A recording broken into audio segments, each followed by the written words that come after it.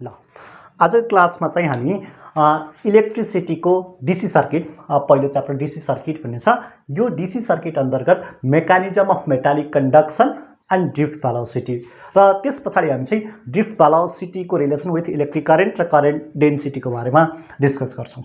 त्योभन्दा पहिला चाहिँ सबैभन्दा पहिला मेकानिजम अफ मेटालिक कंडक्शनको बारेमा डिस्कस गर्न चाहे मैले। सपोज कुनै एउटा मेटालिक कंडक्टर लिनुस्, त्यो मेटालिक कंडक्टरमा very large number of free electron हुन्छन्।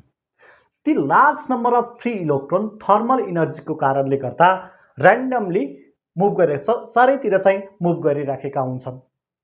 त्यो कारणले गर्दा कुनै एउटा arbitrary cross sectional area choose गर्नुभयो भने त्यो आर्बिट्रेरी क्रस सेक्सनल एरियाबाट नेट फ्लो अफ चार्ज 0 हुन्छ। ठीक छ। अब चाहिँ यो कंडक्टरमा फेरि हाई स्पिडले इलेक्ट्रोनहरू मुभ गरे तापनि त्यो नेट फ्लो अफ चार्ज 0 भएको कारणले गर्दा कुनै पनि मेटालिक कंडक्टरमा फिल्ड नलगाउन्जेन इलेक्ट्रिक करेन्ट 0 हुन्छ। अब चाहिँ त्यही मेटालिक कंडक्टरमा जब एक्सटर्नल इलेक्ट्रिक फिल्ड अप्लाई गर्छौं, एक्सटर्नल इलेक्ट्रिक फिल्ड अप्लाई गरिसके पछाडि त्यहाँ भएको प्रत्येक फ्री इलेक्ट्रोनले चाहिँ के गर्ने भयो, इलेक्ट्रिक फोर्स एक्सपिरियन्स गर्ने भयो। त्यो कारणले गर्दा अब चाहिँ सबै इलेक्ट्रोनहरू एउटै डाइरेक्सनपट्टि चाहिँ ड्रिफ्ट हुन थाल्छन्। ठीक छ। अब एउटै डाइरेक्सनपट्टि इलेक्ट्रोनहरू मुभ गर्न थाले भने त अब कुनै एउटा यहाँ आर्बिट्रेरी क्रस सेक्सनल एरिया बनाउनु भयो भने त्यो क्रस सेक्सनल एरियाबाट त नेट फ्लो अफ चार्ज भइराखेको हुन्छ नि हो। अब कुनै क्रस सेक्सनबाट नेट फ्लो अफ चार्ज छ भने यो त्यहाँ चाहिँ के हुने भयो, इलेक्ट्रिक करेन्ट सेटअप हुने भयो। त्यो कारणले गर्दा यो मेटालिक कंडक्टरमा कसरी यो करेन्ट सेटअप हुँदो रहेछ त भन्ने कुरा है, फिल्ड नलगाउन्जनी चाहिँ इलेक्ट्रोनहरू र्यान्डमली मुभ भएको कारणले गर्दा नेट फ्लो अफ चार्ज 0 भयो। त्यो कारणले इलेक्ट्रिक करेन्ट 0 भयो। त त्यही कंडक्टरमा जब इलेक्ट्रिक फिल्ड लगाइन्छ, फिल्ड लगाइसके पछाडि इलेक्ट्रोनहरू एउटै डाइरेक्सनपट्टि चाहिँ ड्रिफ्ट हुने भयो। त्यहाँ चाहिँ नेट फ्लो अफ चार्ज भयो। नेट फ्लो अफ चार्ज हुनु भनेको इलेक्ट्रिक करेन्ट सेटअप हुनु हो। यो भयो त मेकानिजम अफ मेटालिक कंडक्शनको कुरा। अब चाहिँ यहाँ अर्को पनि कुरा हामी एड गर्न चाहे, ड्रिफ्ट भेलोसिटी भनेको के हो त भन्ने कुरा। ल हेर्नुहोस् है त, यो सेकेन्ड फिगरमा चाहिँ अब फिल्ड अप्लाई गरिसके पछाडिको इलेक्ट्रोनको जुन मोसन छ नि, जुन भेलोसिटी छ, फिल्ड अप्लाई गरिसके पछाडिको प्रत्येक इलेक्ट्रोनको एभरेज भेलोसिटी, इलेक्ट्रोन्सको एभरेज भेलोसिटीलाई चाहिँ हामी ड्रिफ्ट भेलोसिटी भन्छौं। फेरि रिपिट गर्न चाहे, ड्रिफ्ट भेलोसिटी भनेको के हो त, average velocity of free electrons after the application of field. After the application of फिल्डलाई चाहिँ हामी के भन्छौं, ड्रिफ्ट भेलोसिटी भन्छौं। अब चाहिँ मैले चाहिँ तपाईलाई चाहिँ यहाँ ड्रिफ्ट भेलोसिटीको एक्सप्रेसन चाहिँ मैले चाहिँ यहाँ डिराइभ गरेर चाहिँ देखाइदिन्छु है त। ल हेर्नुहोस्, सपोज अघि पनि मैले भनिसकेँ यो कुनै मेटालिक कंडक्टरमा large number of free electron हुन्छन्। त्यो मध्ये चाहिँ मैले चाहिँ सपोज यो पहिलो इलेक्ट्रोन, दोस्रो इलेक्ट्रोन यस्तै गरिदिए एन वटा इलेक्ट्रोन छ सपोज। ठीक छ। अब चाहिँ पहिलो इलेक्ट्रोनको, फर्स्ट इलेक्ट्रोनको स्पिड अथवा चाहिँ u1 सपोज गरौँ, कति बेला फिल्ड नलगाउँदैको है u1 भेलोसिटी, सेकेन्ड इलेक्ट्रोनको भेलोसिटी u2, थर्ड को u3, यस्तै हुँदै nth इलेक्ट्रोनको भेलोसिटी un सपोज गरे। यो कस्तो भेलोसिटी हो त, thermal velocity. Thermal velocity, thermal velocity before the application of field, field नलगाउँदैको भेलोसिटी, इनिशियल भेलोसिटी भयो। अब यही कंडक्टरमा जब एक्सटर्नल फिल्ड अप्लाई गर्छौं नि, त्यही अब पहिलो इलेक्ट्रोनको भेलोसिटी फिल्ड नलगाउँदै u1 थियो। u1 भनेको के हो, थर्मल भेलोसिटी हो। अब त्यही इलेक्ट्रोनको भेलोसिटी त चेन्ज भएर आउँछ एक्सटर्नल फिल्ड अप्लाई गरिसके पछाडि। त्यसैले चाहिँ अब यही इलेक्ट्रोनको भेलोसिटी अघि u1 थियो भने अब चाहिँ फिल्ड अप्लाई गरिसके पछाडि फर्स्ट इलेक्ट्रोनको भेलोसिटीलाई मैले v1 सपोज गरे। ठीक छ। सेकेन्ड इलेक्ट्रोनको भेलोसिटी v2, थर्ड इलेक्ट्रोनको भेलोसिटी v3, यस्तै हुँदै nth इलेक्ट्रोनको भेलोसिटी vn सपोज गर्न पाइन्छ नि। ठीक छ। त्यसो यो पहिले यो चाहिँ u वाला चाहिँ जुन सपोज गरिराखेको छु, यो के हो, इनिशियल भेलोसिटी। त्यो इनिशियल भेलोसिटी के हो, थर्मल भेलोसिटी। अब चाहिँ v1, v2, v3 भनेको चाहिँ यो velocity after the application of field apply गरिसके पछाडिको भेलोसिटी। यो चाहिँ के भयो त भेलोसिटी अफ इलेक्ट्रोन्स, यो रेस्पेक्टिभ इलेक्ट्रोन्स है, फर्स्टको v1 सेकेन्डको v2 यसरी लिएको छ। Velocity of electrons after the application of field यसम ठिक छ। u1 u2 u3 भनेको थर्मल भेलोसिटी अथवा बिफोर द एप्लिकेसन अफ फिल्डको भेलोसिटी, अनि चाहिँ v1 v2 v3 भनेको फिल्ड अप्लाई गरिसके पछाडिको भेलोसिटी। अब चाहिँ इनिशियल भेलोसिटी र फाइनल भेलोसिटीसँगको रिलेसन निकाल्ने हामीसँग इक्वेसन अफ मोसनबाट एउटा रिलेसन छ। त्यो रिलेसन के त v equals u plus at भन्ने चाहिँ फर्मुला छ है। यो फर्मुलामा v भनेको फाइनल भेलोसिटी, अब हामीहरूको चाहिँ के छ, यो चाहिँ आफ्टर द एप्लिकेसन अफ फिल्डवाला चाहिँ हामी v सपोज गरिरहेका छौँ। u भनेको चाहिँ थर्मल भेलोसिटी, a भनेको चाहिँ एक्सेलरेसन। यो एक्सेलरेसनको बारेमा चाहिँ तपाईँ अलिक क्लियर हुनुपर्छ है। यो कस्तो भने यो हामी चाहिँ एक्सटर्नल इलेक्ट्रिक फिल्ड लगाइसके पछाडि त प्रत्येक इलेक्ट्रोनले चाहिँ इलेक्ट्रिक फोर्स एक्सपिरियन्स गर्छन् हो। त्यो फोर्सको कारणले गर्दाखेरि चाहिँ जेनेरेट भएको एक्सेलरेसन हो। यो टाइम भनेको कोलिजन टाइम हो, यो टाइम t भनेको कोलिजन टाइम हो। अब चाहिँ यो जेनरल यो फर्मुला चाहिँ यो इक्वेसन 1 जुन लेखेँ मैले, यो चाहिँ म प्रत्येक इलेक्ट्रोनलाई अप्लाई गर्दै जान्छु। प्रत्येक पहिलो दोस्रो तेस्रो हुँदै nth इलेक्ट्रोनसम्म चाहिँ यो फर्मुला इक्वेसन 1 अप्लाई गर्दै जान्छु है त।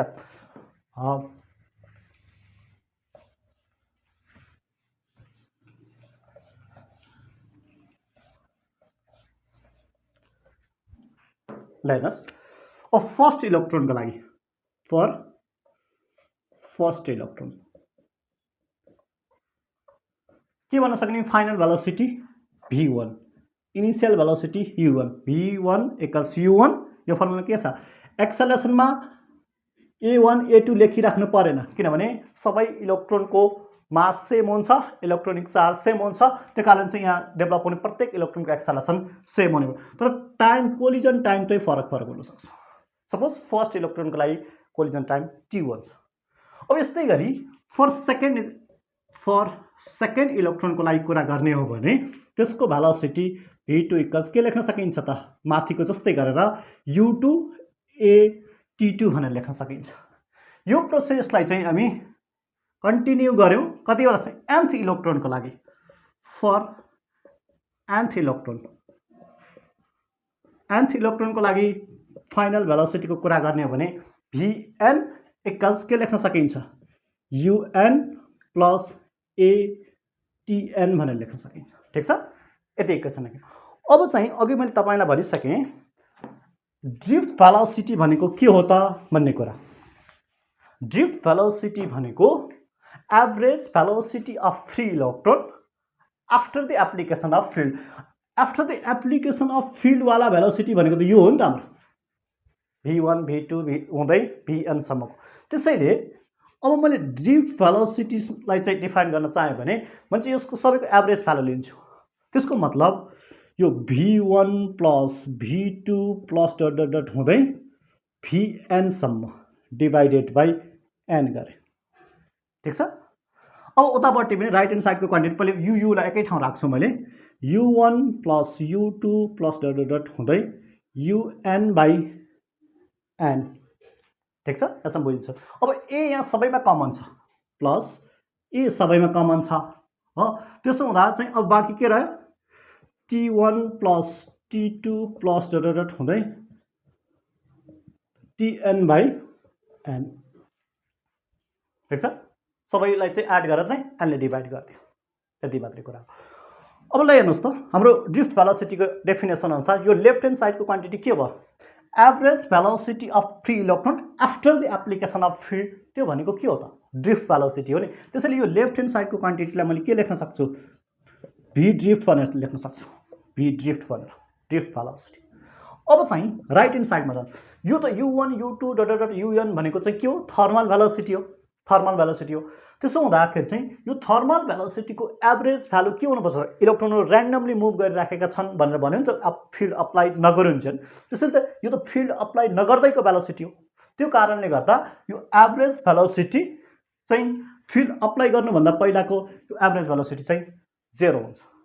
अनि बाँकी रह्यो यो त T1 T2 T3 हुँदै यो त के हो त पहिलो इलेक्ट्रोनको कोलिजन टाइम सेकेन्डको थर्डको हुँदै एनसम्म गयो यसको average value divided by n छ नि यसको एभरेज भ्यालु चाहिँ के दिन्छ यो चाहिँ 0 भइदियो यो पार्ट प्लस ए यहाँ एउटा नयाँ सिम्बल चाहिँ मैले इन्ट्रोड्युस गराएँ यो एभरेज कोलिजन टाइम टाउ टाउ भनेको एभरेज कोलिजन टाइम हो त्यसो हो भने अब हाम्रो रिलेसन कस्तो भइदियो त भी ड्रिफ्ट इक्वल्स ए टाउ यसलाई चाहिँ मैले इक्वेसन अघि 1 कतै भनिसकेको छ त्यसैले यसलाई चाहिँ मैले 2 भने यहाँसम्म ठिक छ ल इक्वेसन 2 अब चाहिँ यतापट्टि आउनुहोस्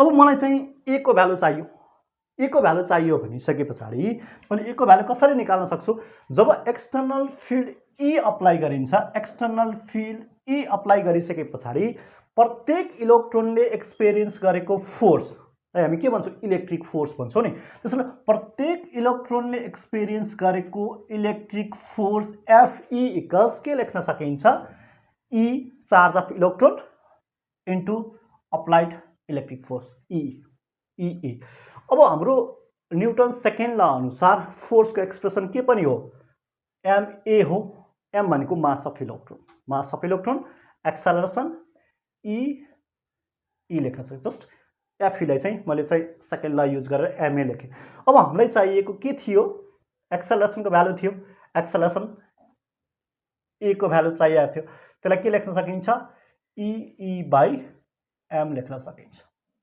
इक्वेसन 3 दिए मैले यसमा ठिक छ है एक्सेलरेसन अब यो इक्वेसन 3 लाई लगेर इक्वेसन 2 मा राखेँ भने इक्वेसन 3 लाई लगेर इक्वेसन 2 मा राखेँ भने कस्तो रिलेसन बन्छ त अब यता हेर्नुस् है त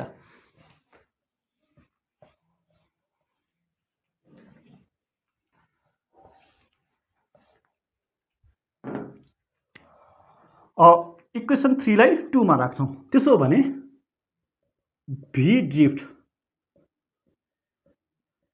इक्वल्स ए को ठाउँमा ई बाई एम अनि चाहिँ यहाँ कोलिजन टाइम टाउ छ त्यसो यो चाहिँ भयो ड्रिफ्ट भेलोसिटीको एक्सप्रेसन यदि तपाईलाई इलेक्ट्रिक फिल्ड दियो र एभरेज कोलिजन टाइम दियो भने त्यति बेला ड्रिफ्ट भेलोसिटी चाहिँ यो फर्मुला लगाएर मेजर गर्न सकिन्छ ठीक छ यो त भयो ड्रिफ्ट भेलोसिटीको एक्सप्रेसन ठीक छ अब चाहिँ हामी के गर्छौं भने तपाईलाई एक्जाममा पनि सोधिराख्ने क्वेशन चाहिँ यो रिपिटेडली एउटा क्वेशन चाहिँ सोधिराख्या हुन्छ त्यसमा चाहिँ relation between drift velocity and electric current अथवा कहिलेकाहीँ चाहिँ करेन्ट डेन्सिटी भनेर चाहिँ सोध्छ त्यसको डेरिभेसन चाहिँ गर्छु मैले अब चाहिँ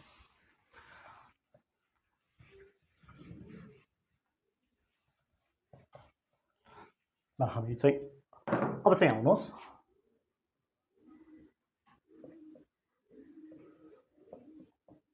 relation between electric current and drift velocity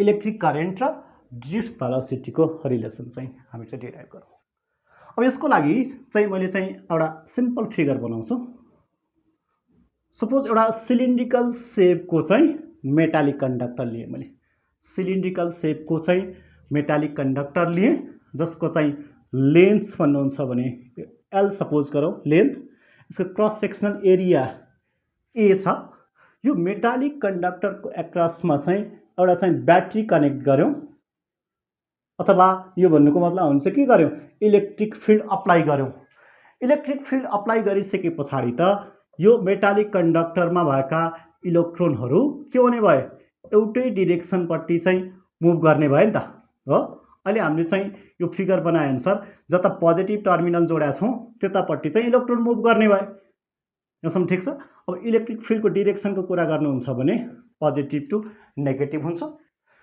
अब यहाँ के कुरा सपोज गर्यौं हामी चाहिँ लेन्थ चाहिँ एल लेन्थ भएको कन्डक्टर छ जसको क्रस सेक्सनल एरिया ए छ अनि चाहिँ यहाँ इलेक्ट्रिक फिल्ड ई अप्लाई गर्यौं अब चाहिँ यहाँ हामी चाहिँ यो ब्याट्रीको भोल्टेज भी सपोज गरौँ त त्यसो भने यहाँ चाहिँ अब एउटा कन्स्टेन्ट करेन्ट फ्लो हुने भयो, आई करेन्ट फ्लो हुने भयो। अब चाहिँ यो रिलेसन डिराइभ गर्नको लागि चाहिँ हामी केही भेरिएबलहरू चाहिँ डिफाइन गर्नुपर्ने हुन्छ है। यहाँ चाहिँ मैले चाहिँ जस्ट यो एल भनेको के हो त, length of the conductor, length, अनि चाहिँ ए भनेको cross sectional area,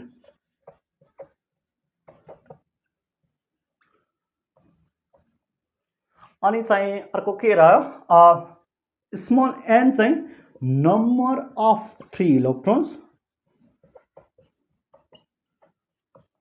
per unit volume, यो चाहिँ ख्याल गर्नु होला। अनि चाहिँ ई भनेको इलेक्ट्रोनिक चार्ज, यति चारवटा भेरिएबल मैले डिफाइन गरेँ। त्यसो भने अब चाहिँ हामी त के गर्न खोजिरहेका छौँ, करेन्टसँगको रिलेसन निकाल्न खोजिरहेका छौँ नि। करेन्ट डिफाइन गर्न त सबभन्दा पहिला हामीले यो टोटल चार्ज कति छ त्यो थाहा हुनुपर्छ। त्यसको लागि सबैभन्दा पहिले चाहिँ अब पहिला के गर्ने भयो, यो कन्डक्टरको भोल्युम, टोटल भोल्युम भी कति छ भनेर निकाल्नु पर्यो नि त। पहिला क्रस सेक्सनल एरिया थाहा छ, लेन्थ थाहा छ भनेपछि भोल्युम के हुन्छ, ए इन्टु एल हुन्छ यो कन्डक्टरको टोटल भोल्युममा। अब दोस्रो स्टेपमा भोल्युम आयो भने total number of electron per unit भोल्युममा भएको इलेक्ट्रोन कति छ भने त डिफाइन गरिसक्यौँ। अब यो गिभन कन्डक्टरमा टोटल नम्बर अफ इलेक्ट्रोन कति छन्, त्यो टोटल नम्बर अफ इलेक्ट्रोन्स, यसलाई मैले क्यापिटल एनले सपोज गरेँ किनभने स्मल एन आइसकेको छ।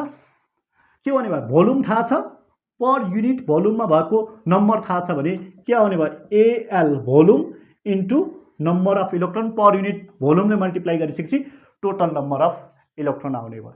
यो जस्ट के आयो, टोटल नम्बर आयो। अब हामीलाई चाहिराखेको त के हो, टोटल चार्ज हो। त्यो कारण नेक्स्ट स्टेपमा टोटल चार्ज क्यू भनेको क्यू इक्वल्स त एनई हो नि त, एनई टोटल चार्ज क्यू भनेको एनई, एन भनेको टोटल नम्बर अफ इलेक्ट्रोन, ई भनेको चार्ज अफ इलेक्ट्रोन, त्यसैले क्यू इक्वल्स एनई।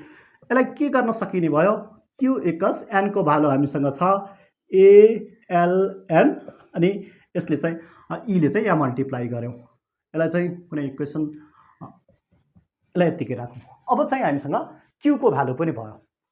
त्यसो भने अब क्यूको भ्यालु थाहा छ भनिसके पछाडि अब हामीलाई करेन्ट डिफाइन गर्न सजिलो हुने भयो नि त, किनभने हामी करेन्टको रिलेसन मेजर गर्दैछौँ।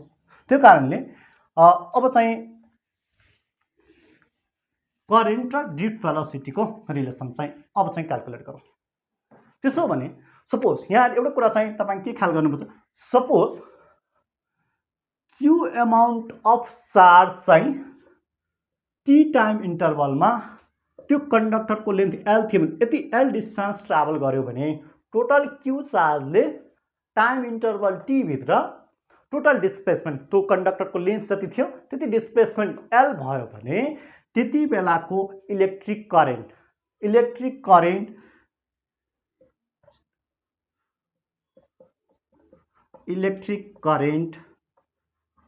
आई भनेको के हुन्छ त, क्यू करेन्टको डेफिनेसन के, rate of flow of charge, त्यो भन्नाले क्यू बाई टी लेख्न सकिने भयो।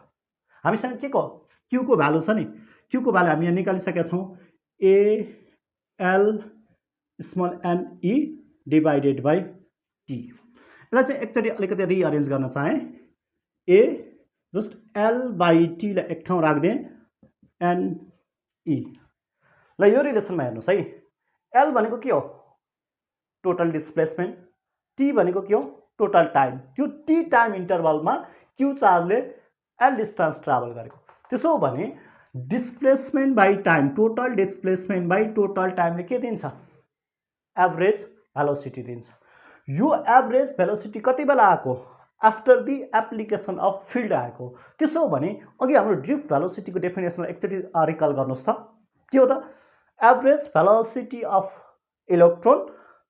Electrons after the application of field हामी के भन्थ्यौँ, ड्रिफ्ट भेलोसिटी भन्थ्यौँ। त्यसो भने यो एल बाई टी को ठाउँमा हामी के लेख्न सक्ने भयो, ए भिडी ड्रिफ्ट भेलोसिटीले रिप्लेस गर्ने, एल बाई टी भनेको ड्रिफ्ट भेलोसिटी अरू बाँकी त जस्ताको तस्तै कपी गरेँ। ठिक छ, आईसँगको रिलेसन यहाँ आयो। यो रिलेसन चाहिँ हामीलाई न्युमेरिकल गर्ने बेलामा पनि रिपिटेडली चाहिरहेको छ। त्यो कारणले गर्दा यसलाई चाहिँ तपाईँहरूले सम्झिनै पर्छ। त्यो सम्झिनलाई एउटा सजिलो चाहिँ टेक्निक छ, आई एकज। यसलाई चाहिँ हामी भिइएनए भेना भनेर पनि सम्झिन सक्छौँ है त। भी यो डी सबस्क्रिप्टमा आएको ड्रिफ्ट भेलोसिटीलाई रिप्रेजेन्ट गर्न आइरहेको छ, भिइएनए भनेर लेख्न सक्छौँ। ठिक छ, यो के भइदियो त, इलेक्ट्रिक करेन्ट र ड्रिफ्ट भेलोसिटीसँगको रिलेसन आयो। इलेक्ट्रिक करेन्ट र ड्रिफ्ट भेलोसिटीसँगको रिलेसन के हुँदो रहेछ, आई इक्वल्स भिइएनए लेख्न सकिँदो रहेछ। ल हेर्नुहोस् है, अब कहिलेकाहीँ इक्जाममा चाहिँ जस्तो करेन्टसँगको रिलेसन नभनेर करेन्ट डेन्सिटीसँगको रिलेसन पनि सोधिराखेको हुन्छ। ठिक छ, इलेक्ट्रिक करेन्टसँग सोध्यो भने त यति मात्रै लेख्दा पुग्ने भयो। मानिलिनुहोस् तपाईँले चाहिँ करेन्ट डेन्सिटीसँगको रिलेसन सोध्यो भने अलिकति 2 लाइन चाहिँ थपिदिनुपर्छ है। ल हेर्नुहोस् त, अब करेन्ट डेन्सिटी भनेको, करेन्ट डेन्सिटी यसको डेफिनेसन के त, यसलाई क्यापिटल जे ले डिनोट गर्छौँ। करेन्ट डेन्सिटी जे भनेको इलेक्ट्रिक करेन्ट पर युनिट